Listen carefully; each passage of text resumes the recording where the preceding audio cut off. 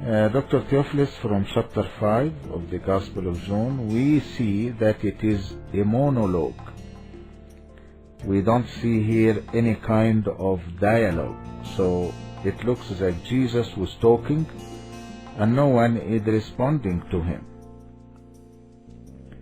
So how do you explain this? If this is true, or this is what John wrote because he was the final writer of the Gospel, so he had all the theological bases and the meanings in his writings. The second question is, did Jesus harden the hearts of the leaders of Israel, and so they couldn't see his glory and his authenticity as the Messiah, and they didn't see God, the true God, in him?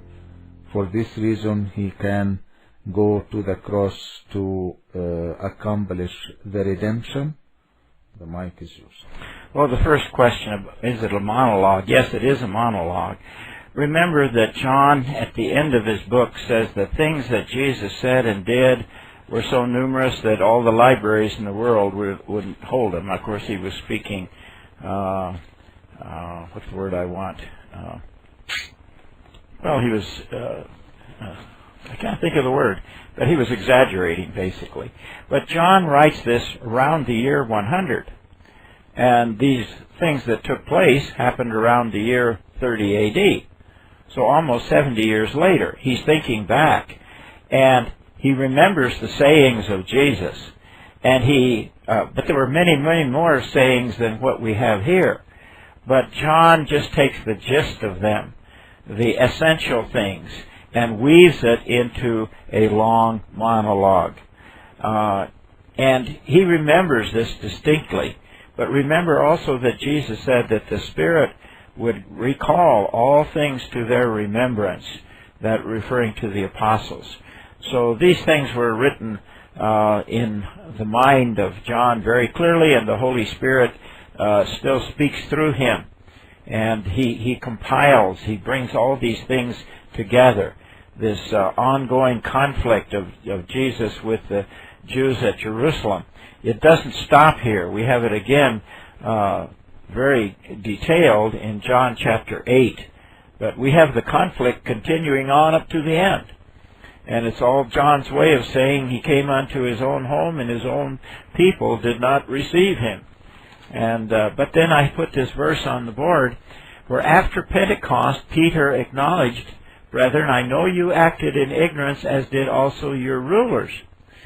And the interesting thing is that many of the rulers after Pentecost did become Christians.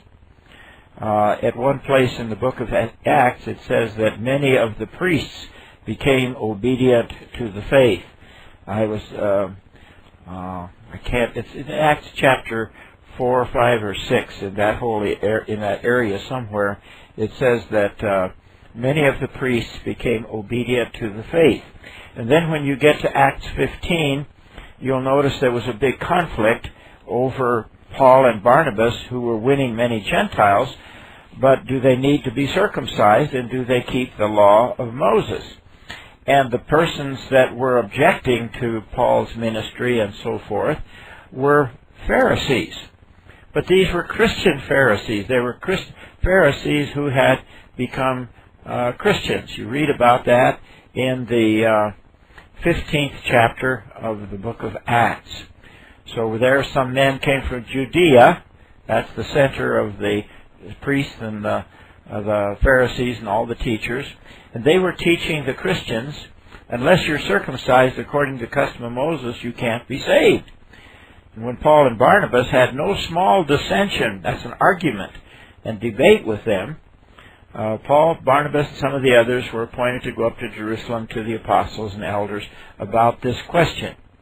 So when they got there, they told all that they had experienced with the Gentiles. And then chapter 15, verse 5, "But some believers who belonged to the party of the Pharisees rose up and said, 'It's necessary to circumcise them and to charge them to keep the law of Moses.'"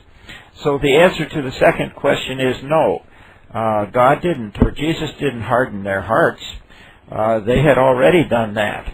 And the problem was, as he pointed out, they only took that part of the Scriptures that they wanted, but they preferred their own ideas about the Messiah and what he should do to what was written in the Scriptures.